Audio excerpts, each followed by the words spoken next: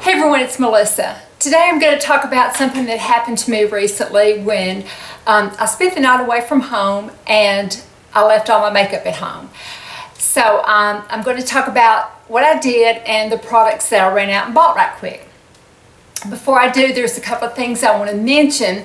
And the last empties that I did, I forgot to mention that one of my, Kristen321, one of our subscribers, sent to Kristen some of the Monat, I think that's how you pronounce it. And her name is Nancy, and I will leave her information below. But she sent some extra for Kristen to give to me. So she sent the, let's see, it was the Replenish Mask, the Revive Shampoo, and the Revitalize Conditioner. So thank you so much, Nancy, for doing that. I talked to her and she said that she talked to the company and the gluten had been taken away from it. So I thought I would pass that along. I used it, it was a sample, and I used it and it did not burn. And if it usually has gluten in it, it usually burns me. So I think it should be safe for people that have gluten issues. I'm not guaranteeing it, but it did not bother me with the one time that I used it. So I thought I would mention that, and thank you so much for Nancy for letting me try it. And I'm going to put, she's got a Facebook page, and I'll put her information below, and I really appreciate it. And I'm so sorry I forgot to mention it on my empties because it wasn't empty. Also wanted to mention one more thing. In the comments, G Tana K asked me, and I took a screenshot of it. She asked me if I could please do a side-by-side swatch comparison between MAC Peachblossom and Tom Ford Spanish Pink. She said, I cannot get Tom Ford where I live, and I would love to see these two together. Thank you so much. I did go and I bought the MAC Peachblossom, and there it is. And there it is swatched. I have lost my Spanish Pink. But I did, I hate that I can't show you. I have looked and looked and looked for it. I've looked in all my purses. I did swatch it side by side, and they looked side by side in swatches. But the bad thing about this, I don't feel like it is a dupe for the Spanish Pink. It goes on pretty sheer when you put it on. So you could use it, but you would have to just keep layering and layering and layering on. Now, another one of my friends sent me this for my birthday, and it is from, and thank you so much, it is the Rosie by Autograph, and the color is Rose Lace. Now, to me, this is a better dupe for the Spanish Pink, and you can get this at the UK. You can get it at Marks and Spencer. Let me compare it to that. I'm very, very sorry that I do not have the Tom Ford anymore. I just, the Spanish Pink, I just don't. I have my Nude Vanille, but I don't have the Spanish Pink. I've looked and looked and looked and cannot find it anywhere. But let me compare it to the Peachblossom. I don't know if you can see that or not. There's the Peachblossom, and then there's the rosy one. So you can see how sheer the Peachblossom is. And if I had the Spanish Pink, it would compare pretty closely to this. So if you live in the UK, I think I would go with the Rose Lace by Autograph, the Rose Lace by Autograph, instead of the Peachblossom. So that's a side-by-side comparison between those two. And I'm sorry I can't do it, but I compared it when I first bought it and brought it home. I still had my Tom Ford Spanish Pink, and I put it on my lips together and everything, and that Peachblossom was pretty sheer. It was a little hard to get it to bring out the color that even came close to the Spanish Pink. So I hope that helps. I appreciate you asking me that so much, but I feel bad that I don't have it here with me. Now I've lost the top to this. Okay, so let me tell you what happened recently to me. It was last Monday, or Monday Monday before last Monday or Monday before last. Kristen was my friend Kristen, 321. You know, she and I always meet. Chattanooga is right between us. And so she was asked to talk about, do like a commercial type thing for Chattanooga, for a women's forum, talking about Chattanooga being one of the best places in the country to retire. It really is. It's nice. But so they chose her to and asked her if she would do it, and so she said yes. And so they got her a hotel room, and so she was nice enough to let me tag along with her, and it was so much fun. I really, really enjoyed it. So we had to get up early the next morning so she could be at her first location, and so they got us a room, let us spend the night there. So got down there and, you know, started unpacking all my stuff, and I said, Kristen, I didn't bring my makeup. I did not have my makeup. So what I do is I pack my makeup in this bag, this Sephora bag. So I had it all packed and I had it laying on the table. And in my purse, I had my just an extra eyeshadow palette. I thought, oh, just in case I need it. So I went ahead and put this in my purse.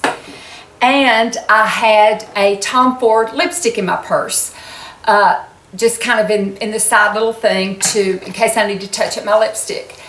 So I did have those two items, but nothing else. So I walked out and of course left this on the table, got all the way down to Chattanooga.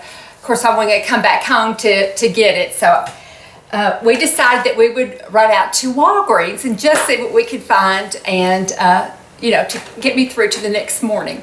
And I wanted something because it was hot. She was filming outside. I wanted to not worry about myself. I wanted to, you know, help her as much as I could.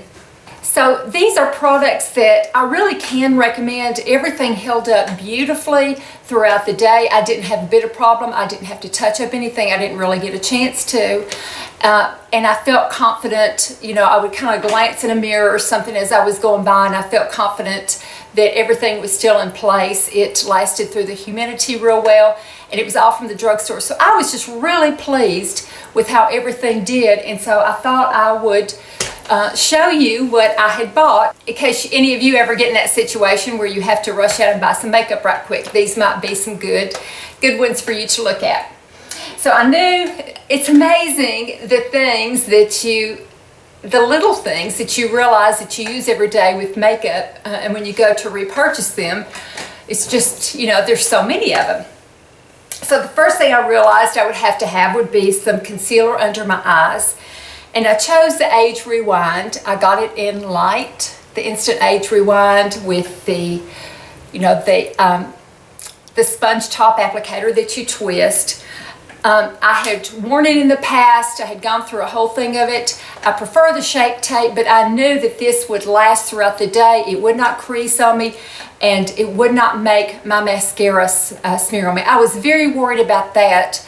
Not very worried, but that was a concern for me. Was my mascara always has a tendency to go down there, and I didn't have my regular mascara. I was going to have to use a drugstore one.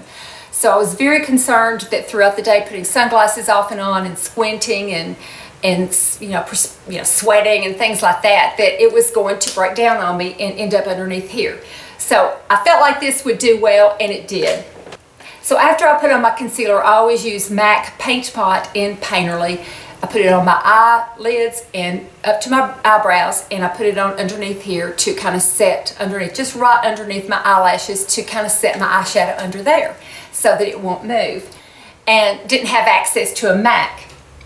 So what I did was, Kristen said, why don't you use what I've got? I'll just kind of put it on your finger and then you can pat it all around. And it was the Milani Shadow Eyes. And the color, it's like an eyeshadow stick, and the color is 10 Almond Cream. So it was about the same color as the Painterly. She marked some on my hand, and I put that on there. So I did not have to buy this, but I liked it so well, and it did such a good job that I did go out and buy it, because I think it works it's pretty much up there with Painterly, with the paint pots. So I'm very pleased with that. In fact, I ordered several of them from Amazon, And I'm real pleased with it, and it kept my eyeshadow right underneath there, and so I was very, very pleased with how that performed. So I can highly recommend that to keep your eyeshadow situated where it's supposed to be, just like the paint pot would. Okay, so I did that. Next I went to foundation. And this is a foundation that I knew would be okay because I had worn it. I think I wore it for a while when I first started doing YouTube. I was using moisturizers then, and it always went over well over moisturizers and would help, would sort of give me a matte finish and not make me look too greasy. So, and it is the Dream Matte Mousse from Maybelline. It's called Sandy Beige Medium 1. That's the color. And so I just put it on with my fingers because I didn't want to buy a sponge or anything like that. So I just decided to put it on with my fingers. It did a beautiful job. It lasted through all that we had to do that day. And I mean, we went all day long. We started, excuse me, we started like at, 8:30 that morning, and it was after supper time. By the time I got back home again, it was late. So it was a full day of shooting out in hot weather. It's not a cream to powder, but it just makes a real nice matte finish and kept me from getting too shiny. Okay, so then I did my eyeshadow palette that I had stuck in my purse. I didn't have any brushes, so Kristen said, well, I have some Q-tips. So I put my makeup on with Q-tips, and I took 2 of them, and I took one, on each side to do different colors of my foundation. And then, my eyeshadow, and so I just stuck them in there and carried that around in case I got a chance to touch up, which I didn't, but anyway, I put those in there. So I did that with Q-tips, and that worked out pretty well. And then the next thing was eyeliner, because I do like to tightline my eyes. I put eyeshadow underneath here, but I do like to tightline my upper and lower waterline. So I usually use the NARS eyeliner, and again, we were not close to Sephora, so I did not have access to go buy it. So I bought a L'Oreal. I had remembered I had tried this one time, and it did a really good job.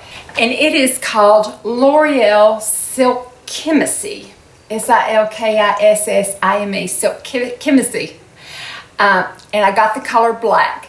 It is darker than the black of the NARS, and if I had to do it over again, I would have bought the charcoal. But the thing about it is, it says it's up to 16-hour wear. It is a really good eyeliner. It stayed put.